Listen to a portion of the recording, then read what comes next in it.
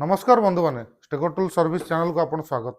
आज आपण नहीं आसु वेल्डिंग मशीन जो मैंने फैब्रिकेशन यूनिट चलाउछन कि फैब्रिकेशन काम करती जो मैंने वेल्डर अच्छा यहाँ बहुत उपयोगी हम।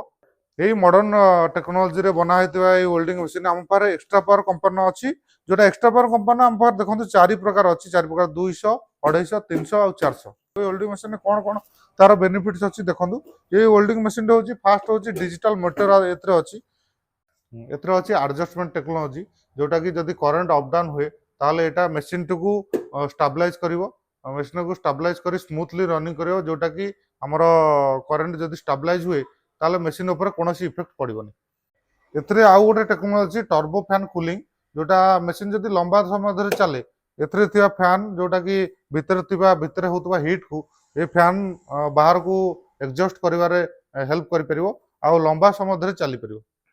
ये मेसीन गुड़िक बहुत लो कॉस्ट अच्छी ये मेसीन को नवापे हेले आमको कांटेक्ट करंतु तार प्राइसिंग विषय जानि परिवे प्लस आपण ऑर्डर करके नहीं परिवे। अधिक इन्फॉर्मेशन पई आम चैनल को फॉलो करंतु आउ आम यूट्यूब रे भी चैनल अच्छी ताको सब्सक्राइब करंतु। सब्सक्राइब किंबा फॉलो करतले आम तरफ मत गिफ्ट भी मिल परिवो आपण भाई माने चाहिले नहीं परिवे। जदि आपण आम चैनल को फॉलो किंबा सब्सक्राइब करजनी आपण चाहे एठी आसिकी क्लेम करी आपण नहीं परिवे। विभिन्न प्रकार मेसीन विषय जानिया पई आम चैनल को फॉलो करंतु।